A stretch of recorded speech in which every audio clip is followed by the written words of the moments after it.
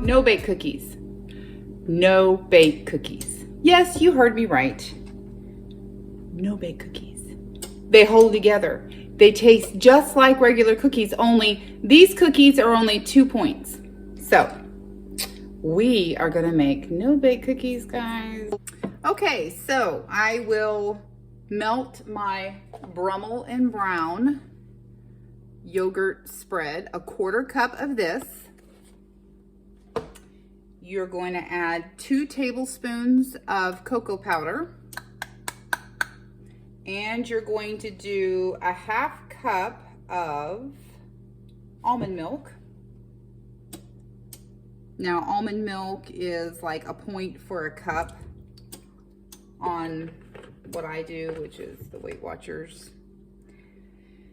And then monk fruit blend. So this is erythritol and monk fruit blend together. I get this at Walmart. It's just like sugar. See, it's just like sugar. So you're going to do 3/4 of a cup of monk fruit blend. Measure it just like sugar. Bring it to a boil and you let it boil for 60 seconds. While you're waiting for it to come to a boil, I almost forgot. PB2. Peanut butter powder. So PB2 is the expensive kind of peanut butter powder. This is the Walmart brand, and I get this in huge quantities because I like peanut butter. We've got to do 6 tablespoons of the PB2. Then you mix it with 3 tablespoons of water. So you mix the PB2 really good with the water. PB2, to mix it up, it's always 2 parts peanut butter powder, 1 part water. So because I did 6 tablespoons of the powder, we do 3 tablespoons of the water. So you just get it looking like peanut butter. So it's almost boiling, and once it starts boiling, you want to let it boil for 60 seconds, 1 minute. Okay, so it's boiled 1 minute. We're going to add in our peanut butter. Get all that broken up really good. Put in a splash of vanilla. That's probably more than a splash, but vanilla's good. So 1.5 cups of oats.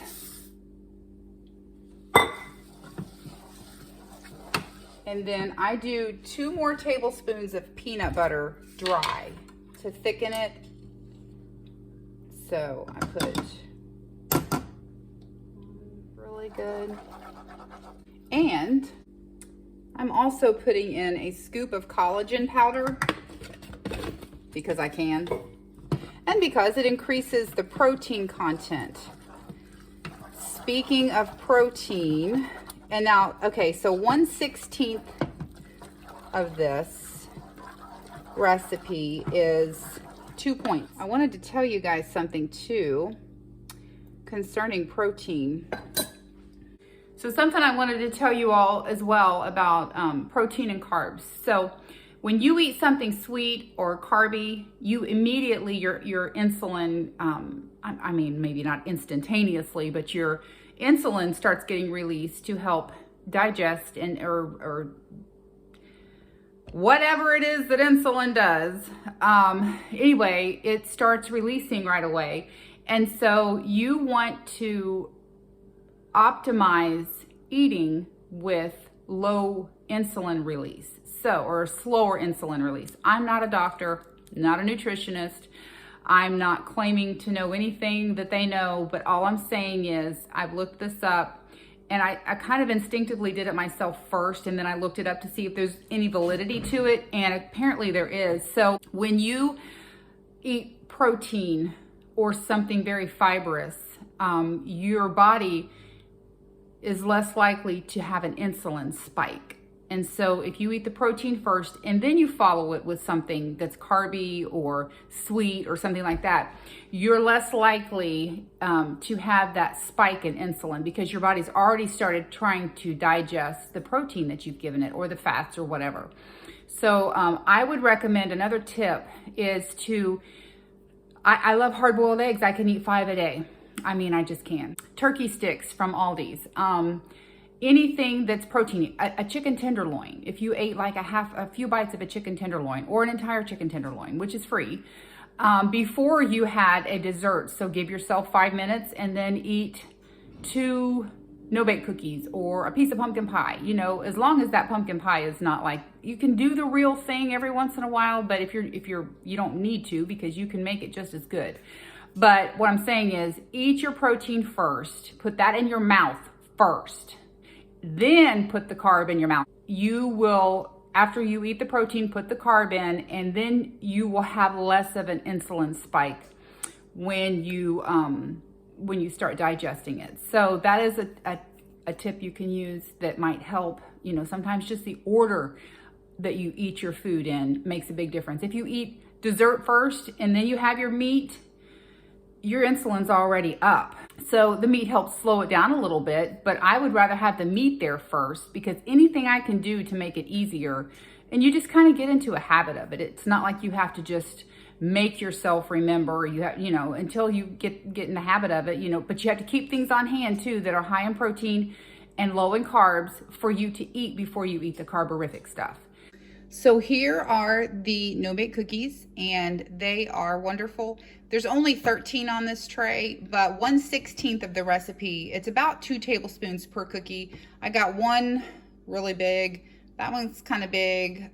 So they're not all completely even, but 1/16 of it is 2 points. So it's a really nice filling to me anyway. If you've already eaten something and you just want something sweet, eat a no-bake cookie. Because, you know, in reality, in most diets, you can't do that. But when you're substituting the unhealthy recipes for the low-fat, low-cal recipes, and they still have, you know, nutrition in them. They still have oats, you know, almond milk, peanut butter powder, collagen. So they're, you know, they're not horrible. That'll do it, guys. They are magically delicious. Even though they're not magic, they are still really good. And I was really excited to make this for you guys. I wanted to save you guys some money by doing the recipes myself first, so that you're not wasting the monk fruit. I didn't know if it was going to work out or not. I wanted to make sure that it would cook up like regular no-bake cookies, because nobody really wants to eat like sandpaper or sand. So anyway, that'll do it for today, and I will talk to you guys later. Thanks. Bye-bye. One more thing I wanted to tell you, actually 2 more things. This is the Live Carb Smart hamburger buns, Aunt Millie's. They are 1 point for an entire bun. These are the best tasting ones I've tried. Most of them taste like sponge, and they're hard to chew. So these are really good in that they taste more like a hamburger bun than any of the other ones that I've tried. So 1 point, you could use some pan in a pan and fry an egg, put it on here with a little bit of light mayonnaise. Might be 2 points depending on how much mayonnaise you use. So there's another option. Also,